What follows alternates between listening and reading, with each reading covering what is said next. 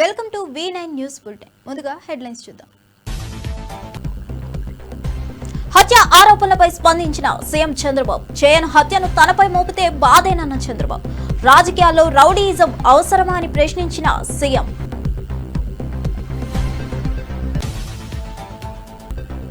లోకేష్ కు మంగళగిరి మహిళలు రాఖీ ఆశీస్సులు నాకు బలాన్నిచ్చాయన్న లోకేష్.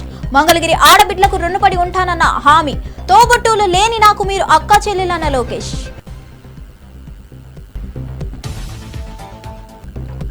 హిందూ మహిళలు లవ్ జిహాద్ వైపు వెళ్లొద్దని రాజా సింగ్ పిలుపు. అమాయకపు మహిళలను చిక్కుకుంటున్నారని ఆవేదన జాగ్రత్తగా ఉండాలని మహిళలకు సూచించిన రాజా సింగ్.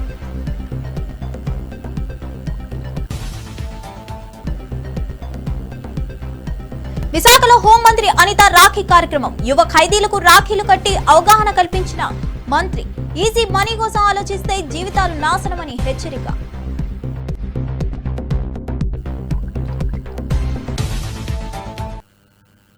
ఇక వార్త వివరాల్లోకి వెళ్తే, సీఎం చంద్రబాబు నాయుడు తనపై చేయన్ హత్యను మోపడం అన్యాయమని, ఇది తనకు బాధ కలిగిస్తుందని అన్నారు. రాజకీయాల్లో రౌడీయిజం అబద్ధాలు అవసరమా అని ప్రశ్నించారు.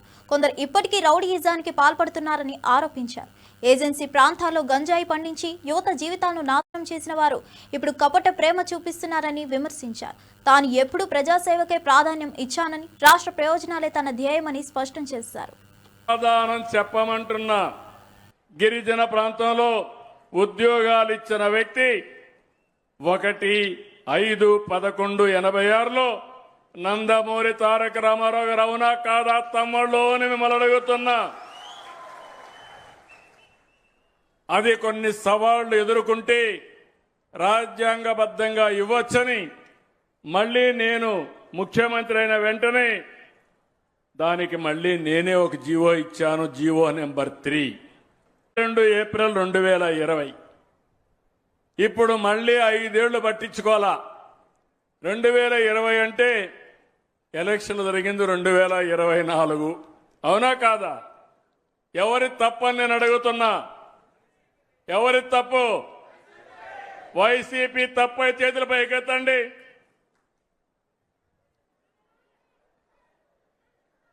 ఏమమ్మా? కాబట్టి వైసీపీ నాయకులు ఈ పాడేరుకొచ్చి నేల మీద మీ ముక్కును గీసుకుంటే అప్పుడు బుద్ధి వస్తుంది మీకు. మీ నాయకుడిని అడగండి, ఎందుకు చేయలేకపోయి అడగండి. అడిగేది చేత కాకపోతే మీరైనా క్వశ్చన్ చేయాల్సి వచ్చింది. మీరు అది కూడా చేయకుండా ఇప్పుడు నన్ను అడగడానికి మీకు ఎలాంటి అర్హత లేదు. కానీ ఒకటే చెప్తున్నా, ఈ గిరిజన ప్రాంతం నా సొంతం. ఈ గిరిజనులు నా వాళ్ళు. ఈ గిరిజనులకు అన్యాయం జరగడానికి వీలు లేదు. మీతో నేనుంటా. వాళ్ళు అనుకుంటున్నారు బాబాయిని చంపి వేరే వాళ్ళపైన నేరం వేసినట్టు. తప్పు చేసి మా నాయన పేరు చెప్పు, మా తాత పేరు చెప్పు. నేను వచ్చిన వ్యక్తి కాదు. నీకు నాకున్న తేడా అది. నేను ఒకటే సవాల్ చేస్తున్నా. చలో, ఏ గుడి కంటే ఆ గుడికి నా కుటుంబంతో సహా వస్తా, భార్య పిల్లతో సహా వస్తా. నువ్వు మీ అయ్య, మీ అమ్మ, మీ భార్య, మీ పిల్లలందరూ కూడా ఏ గుడికి వస్తారో రండి. మేము ఫోన్ ట్యాపింగ్ చేయించలేదు. ఫోన్ ట్యాపింగ్ నాకు నీకు సంబంధం లేదు.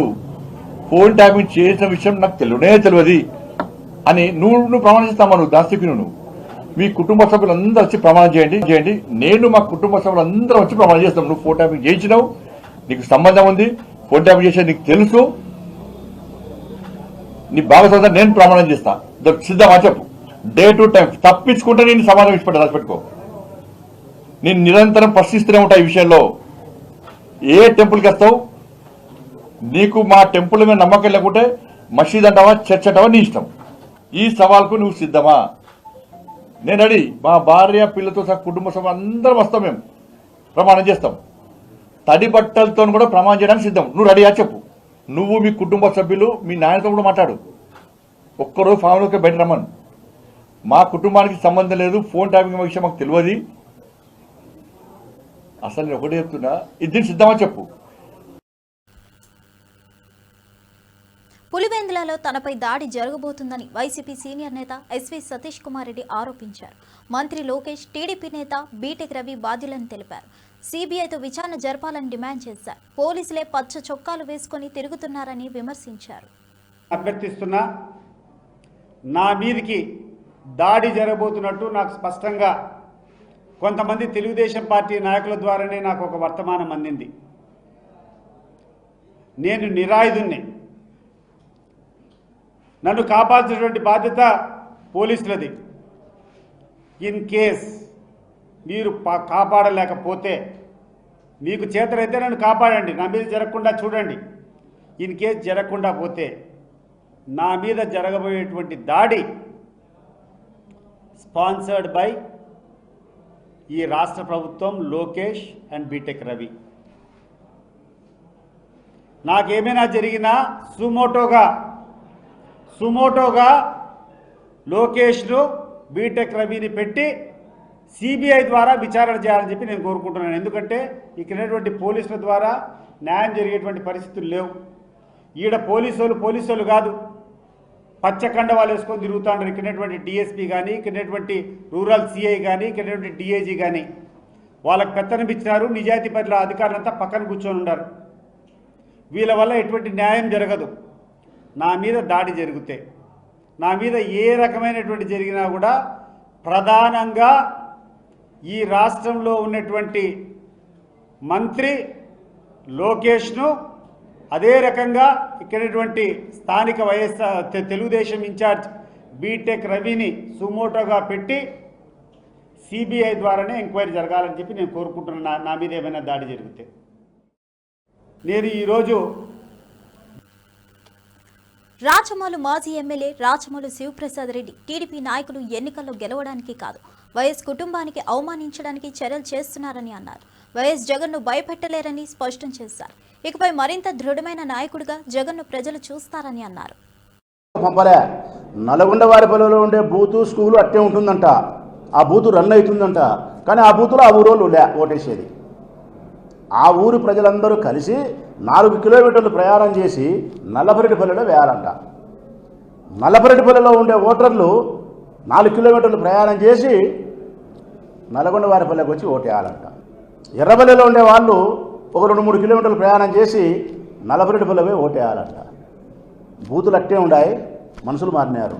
ఈ ఊరోడు ఆ ఊరికి, ఆ ఊరోడు ఈ ఊరికి. ఏమిది అసలు? ఇది ఎక్కడన్నా ఇది శాస్త్రీయమైనటువంటి విధానమేనా? ప్రజలు 4 కిలోమీటర్లు అవతల పక్కకు ప్రయాణం చేయించి ఓటు ఎక్కించాల్సిన అవసరం ఎందుకు వచ్చింది? ఆ ఊరిలో బూతు పెట్టుకొని ఈ ఊరోని ఆ ఊరోనికి ఎందుకు, ఆ ఊరోని ఈ ఊరోనికి ఎందుకు? ఎన్నికల కమిషన్కి ఏమన్నా ఆలోచన ఉందా? దీని సౌలభ్యం ఏంటంటే, ప్రజలకు అసౌకర్యమైనా పర్వాలే, మాకు సౌకర్యం కావాలా తెలుగుదేశం పార్టీకి. ఏం సౌకర్యము?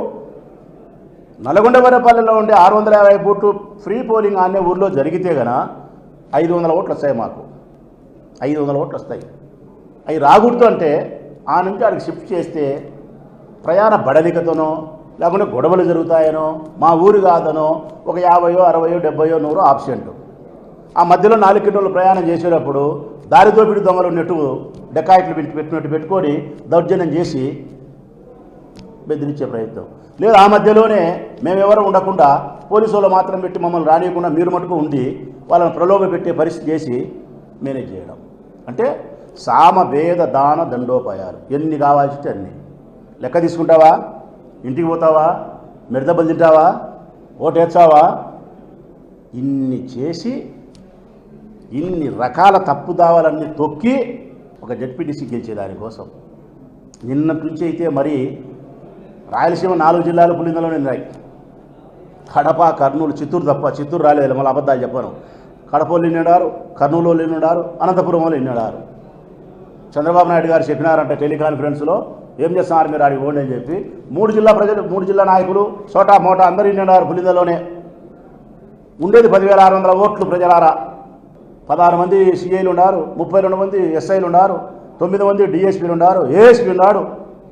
నీకు ఇబ్బంది లేదు రబ్బా, సించి ఆరేసారి మనకు రక్షణ ఉంటుందని మనం అనుకుంటే పప్పులో కాలేసిన వాళ్ళే ప్రజలారా.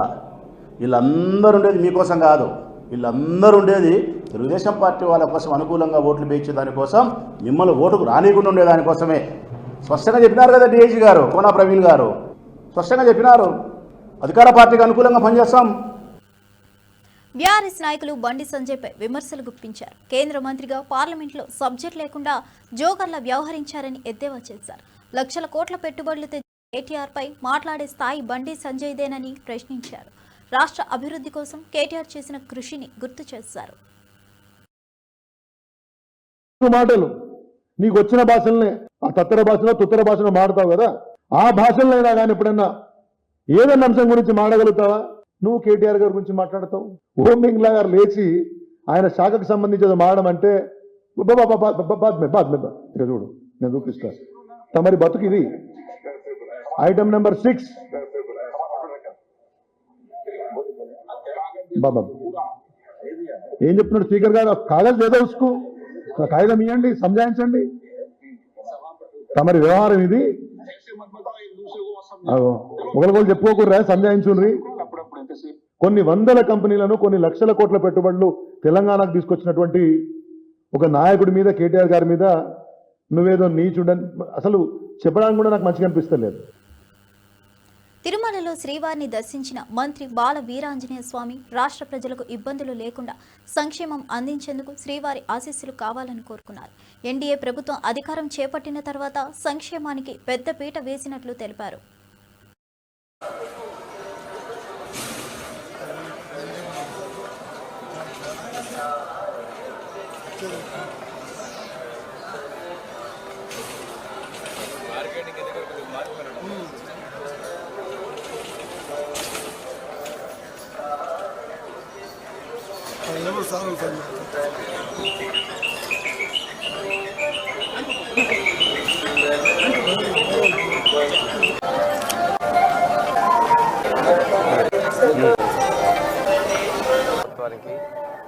ఈ అభివృద్ధి చేసేందుకు, సంక్షేమాన్ని అందించేందుకు ఎటువంటి ఇబ్బందులు లేకుండా ముఖ్యమంత్రి గారి సంకల్పమైనటువంటి సర్వాంతర సాధన P4ని విజయవంతం చేసే విధంగా చేయాలని చెప్పేసి మనస్ఫూర్తిగా ప్రార్థించాను. అదేవిధంగా నా శాఖలకు సంబంధించినటువంటి సంక్షేమం, అభివృద్ధి విషయంలో కూడా నిధులు ఎటువంటి ఇబ్బందులు లేకుండా పూర్తిగా అభివృద్ధి చేసే విధంగా దేవుని ఆశీస్సులు కోరుకున్నానండి. ఎన్డీఏ ప్రభుత్వం వచ్చిన తర్వాత సంక్షేమ రంగంలో పెద్దపీట వేసిందండి. అది ఎస్సీ వెల్ఫేర్ కావచ్చు, ఎస్టీ వెల్ఫేర్ కావచ్చు, బీసీ మైనార్టీ వెల్ఫేర్ కావచ్చు. ఎప్పుడూ లేని విధంగా సోషల్ వెల్ఫేర్ డిపార్ట్మెంట్లో దాదాపుగా 310 కోట్ల రూపాయలని అభివృద్ధికి మేము వెచ్చించడం జరిగింది. 100 కోట్లతో కొత్త భవనాలు, కొత్త హాస్టల్ నిర్మాణం, 58 కోట్ల రూపాయలతోటి టాయిలెట్లకే కేటాయించిన స్వచ్ఛాంధ్ర కార్పొరేషన్ నుంచి 143 కోట్ల రూపాయలతోటి హాస్టల్స్, రెసిడెన్షియల్ స్కూల్ రిపేర్లకి కేటాయించడం జరిగింది. ఇంత పెద్ద మొత్తంలో గతంలో ఎవరూ చేయలేదు. కాకపోతే ఈ మధ్య కొంతమంది రాజకీయాలు చేయాలని చూస్తున్నారు. వాటిలో ముఖ్యంగా ఈరోజు నేల మీద పడుకొని ఉన్నారు, ఇక్కడ ఇవి లేవంటున్నారు. 5 సంవత్సరాల్లో వాళ్ళు ఏం చేశారో ఆ వారసత్వంగా వచ్చినటువంటి దాన్ని పూర్తి చేసుకుంటూ, భర్తీ చేసుకుంటూ అభివృద్ధికి సంక్షేమం ఎదగలుగుతున్నాం. 1 సంవత్సరంలో అద్భుతాలు సాధించామని చెప్పలేను, కానీ గతంలో కన్నా, గత పాలన కన్నా మెరుగుపరిచామనే విషయాన్ని నేను తెలియజేసుకుంటూ ఇంకా పనులు జరుగుతూ ఉన్నాయి. ఫేజ్డ్ మేనర్లో మేము నిర్మాణాలు కూడా చేపట్టి మార్పులు చేసుకొచ్చే విధంగా మేము ముందుకెళ్తున్నామండి. ఈరోజు నాణ్యమైన బియ్యం హాస్టల్స్లో, రెసిడెన్షియల్ స్కూల్లో మధ్యాహ్న భోజనాలు కూడా ఇస్తున్నాం. ఇవన్నీ కూడా ఈ ప్రభుత్వం పేద విద్యార్థుల పట్ల, పేదల సంక్షేమ పట్ల చెప్తుందని తెలియజేస్తా ఉన్నాం. విశాఖలో యువ ఖైదీలకు రాఖీలు కట్టిన మంత్రి అనిత గంజాయి రవాణాలో పట్టుబడిన ఖైదీలకు అవగాహన కల్పించారు. ఈజీ మనీ కోసం ఆలోచించవద్దని, భవిష్యత్తు నాశనం చేసుకోకూడదని సూచించారు.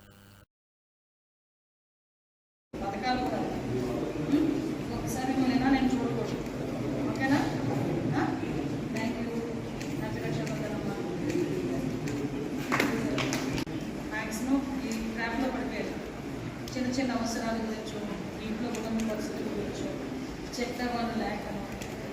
సో కంపల్సరీగా ఇక్కడ నుంచి వెళ్ళేటప్పుడు మీరు చేంజ్ అయ్యాలి. మళ్ళీ ఇందులోకి రాకూడదు అని బలంగా అనుకోలేదు. బతకడానికి చాలా దారులు ప్రాపర్ వేలో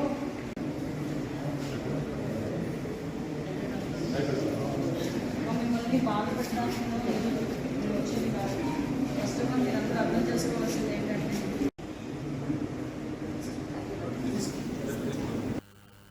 రాఖీ పండుగ సందర్భంగా ఎమ్మెల్యే రాజాసింగ్ హిందూ మహిళలకు పిలుపునిచ్చారు.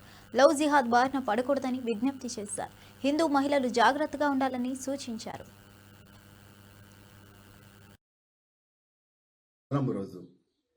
ఈరోజు అక్క చెల్లెలు చాలా ప్రేమతోని మన చిన్న తమ్ముడికి గాని పెద్ద అన్నకి గాని చేతికి రాఖీ కట్టి ఒక హామీ తీసుకుంటది, ఒక ఆశీర్వాదం తీసుకుంటది. ఆ ఆశీర్వాదం ఏ రూపంలో ఉంటదంటే, అన్న నేను మీ చేతికి రాఖీ కడుతున్నాము, మీరు మాకు రక్షించాలే, మాకు కాపాడాలే అని ఒక మాట అన్నతోని అక్క చెల్లెలు తీసుకుంటారు. ఆ అన్న గాని ఆ తమ్ముడు గాని చెల్లెలకి కాపాడతా అని మాట కూడా ఇస్తారు, కాళ్ళు కూడా మొక్కుకుంటారు. కానీ మా అక్క చెల్లెలతోని కూడా ఇవాళ రాజాసింగ్ ఒక అన్నగా ఒక తమ్ముడుగా ఒక మాట తీసుకోవాలనుకుంటున్నాను. మీరు ఒక మాట ఇవ్వాలి నాకు. ఇవాళ యావత్ భారతదేశంలో లవ్ జిహాద్ పేరు పైన చాలా కుట్రలు జరుగుతున్నాయి.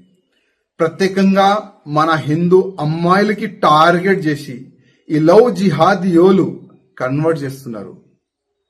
చాలా అంటే చాలా ఘోరంగా మన హిందూ అమ్మాయిలకి చంపుతున్నారు.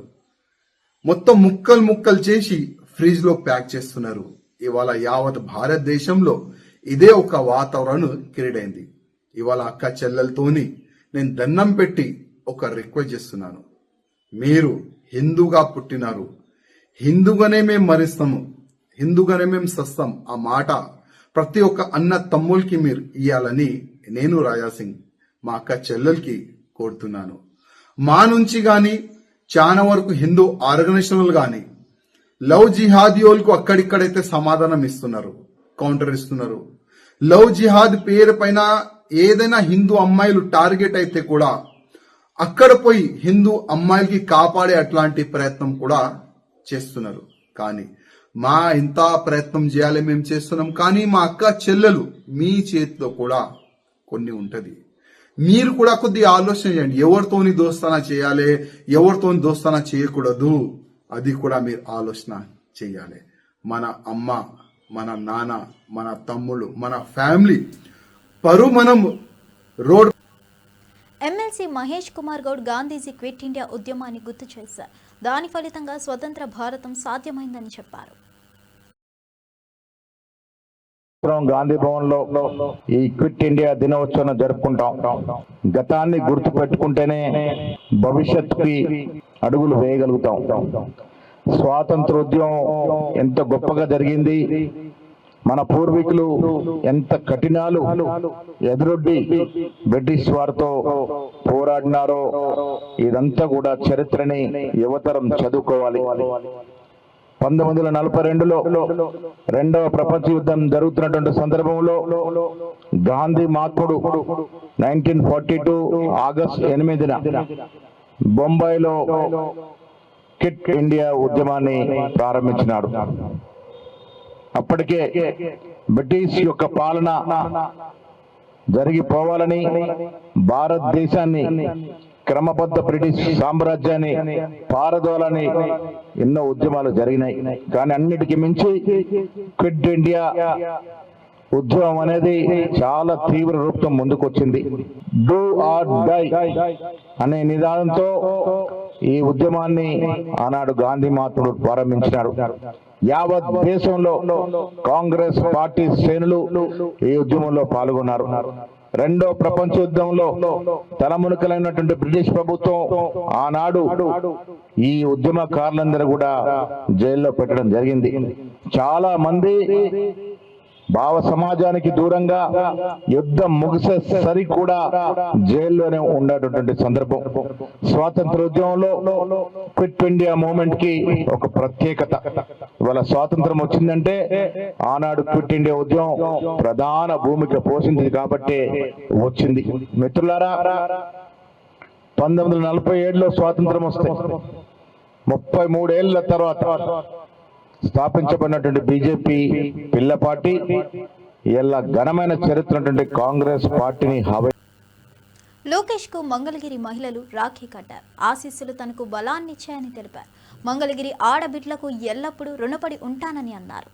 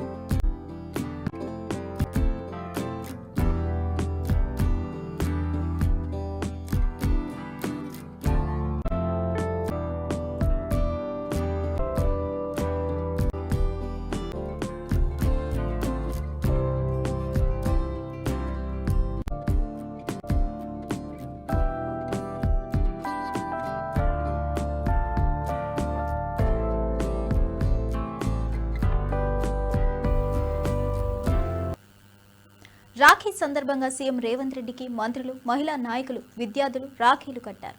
ఉప ముఖ్యమంత్రి, మంత్రులు, స్పీకర్లకు కూడా రాఖీలు కట్టారు.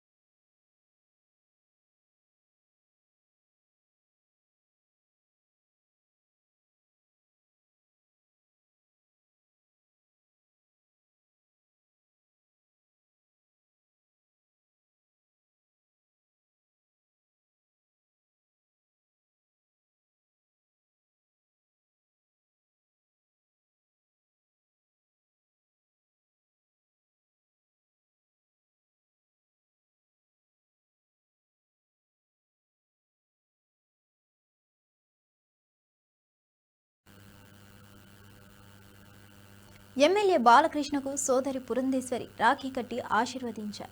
అన్నా చెల్లెల బంధం ఎప్పటికీ బలంగా ఉండాలని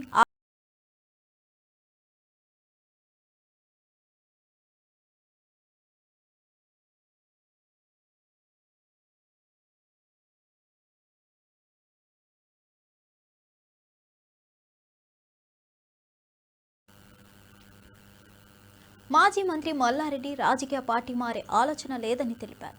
రాఖీ పౌర్ణమి సందర్భంగా అక్క చెల్లెలతో ఆనందంగా జరుపుకున్నారు. ప్రజా సేవే తన లక్ష్యమని చెప్పారు.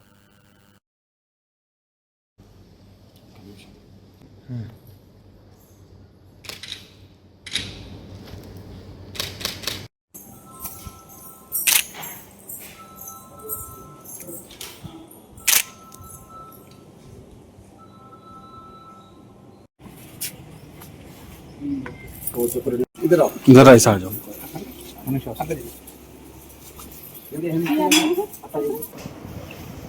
రాఖీల పౌర్ణమి నాడే నేను ఫస్ట్ ఇంజనీరింగ్ కాలేజ్ 2002 ఆగస్ట్ 22 నాడు ఓపెన్ చేశాను. ఆ రోజు ప్రారంభించినందుకు ఈరోజు పెద్ద ఎత్తున భారతదేశంలోనే పెద్ద 3 యూనివర్సిటీలు అయినాయి. ఈసారి ఈ పండుగకు అడ్మిషన్స్ కూడా ఫుల్ అయిపోయినాయి. పెద్ద ఎత్తున ప్రతి ఒక్కరికి కూడా అందుబాటులో ఉండేటట్టుగా యూనివర్సిటీ స్థాపించిన, దానికి తోడు డిజిటల్ హెల్త్ అనేది కూడా పెద్ద ఎత్తున మెడికల్ యూనివర్సిటీ పెట్టిన. ఏది ఏమైనా భారతదేశంలో మెడికల్లో కానీ ఇంజనీరింగ్లో కానీ వరల్డ్ క్లాస్ ఇంజనీర్లను తయారు చేయాలి, వరల్డ్ క్లాస్ డాక్టర్లను తయారు చేయాలని తప్పన అది సక్సెస్ అవుతుంది. దానికి తోడు ఈరోజు ఒక 5 ఫార్మసీ మెడికల్ షాపులు కూడా ఓపెన్ చేస్తున్నాం. ఎందుకంటే చాలామందికి పేద ప్రజలకు అందరికీ కూడా అందుబాటులో తీసుకురావాలి మెడిసిన్స్ అనేది. అందుకని అన్ని తెలంగాణ సెంటర్లు అంతా కూడా మెడికల్ షాపులు పెడదామని డిసైడ్ చేస్తే ఈరోజు 5 ప్రారంభిస్తున్నాం. 1 హెల్త్ అని ఒక అంబులెన్స్ కూడా ఒక 50 స్టార్ట్ చేస్తున్నాం. ఎందుకంటే అందరికి కూడా ఎక్కడైనా అందరికి అందుబాటులో ఉండాలి అంబులెన్స్లని. అవి కూడా టెక్నాలజీ పీపుల్తో అలా ప్రతి ఒక్కరిని కూర్చుండబెట్టి అందరికి చేసి ఎప్పటికీ అందుబాటులో ఉండేటట్టు, ఎక్కడ యాక్సిడెంట్ అయినా ఏ ప్రాబ్లం వచ్చినా 24 గంటలు 24/7 అందుబాటులో ఉండేటట్టు అంబులెన్స్ కూడా వనేత్రి కిందనే స్టార్ట్ చేస్తున్నాం. దానికి తోడు మా మల్లారెడ్డి హెల్త్ సిటీలో ప్రతి ఒక్కరికి కూడా డెలివరీ అయిన వాళ్ళకు 5,000 రూపాయలు CMR డబ్బులు ఇస్తున్నాం, చెక్కు. అదే మాదిరిగా డెలివరీ అయినాక 5,000 చెక్ ఇస్తున్నాము, 1,200 కిట్ ఇస్తున్నాం, PCR కిట్ మాదిరిగా.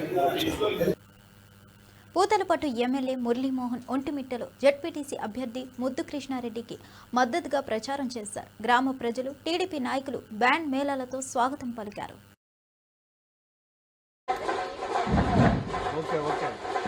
గవర్నమెంట్ వస్తారని డిఎస్సీ నోటిఫికేషన్ ఇచ్చింది. గతంలో ఎప్పుడైనా నోటిఫికేషన్ ఇచ్చినారా? సైకిల్ గుర్తుకు ఓటేయండి.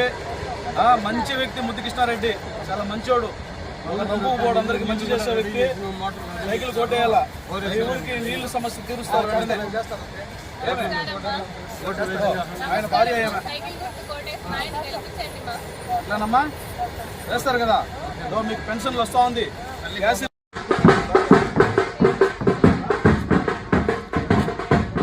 అమ్మా అది నేను బిల్లు పాపది బిల్లు చెప్పు సార్, ఎమ్మెల్యే సార్ 8 మంది ఏం బా రాసిన నెంబర్ ఇవ్వట్లేదా? దిగిపోతుంది రానా, జోబులో పెట్టినాను. అదేందా ఏం కావాలి చెప్పు, ఏమి కావాలి చెప్తాను.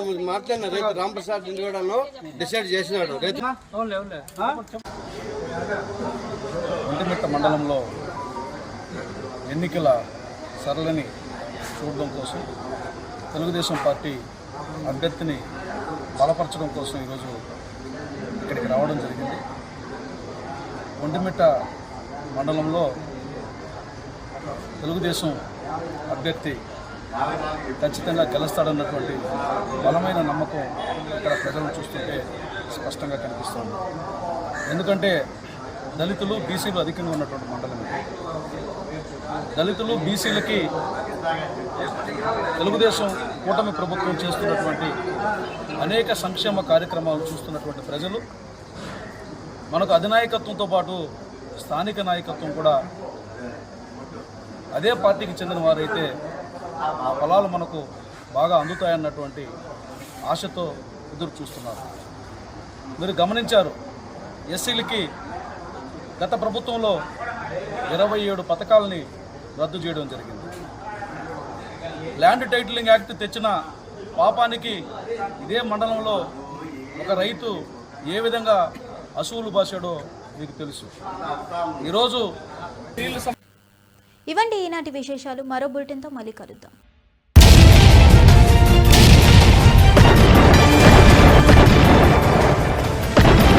కోసం చూస్తూనే ఉండండి V9 న్యూస్.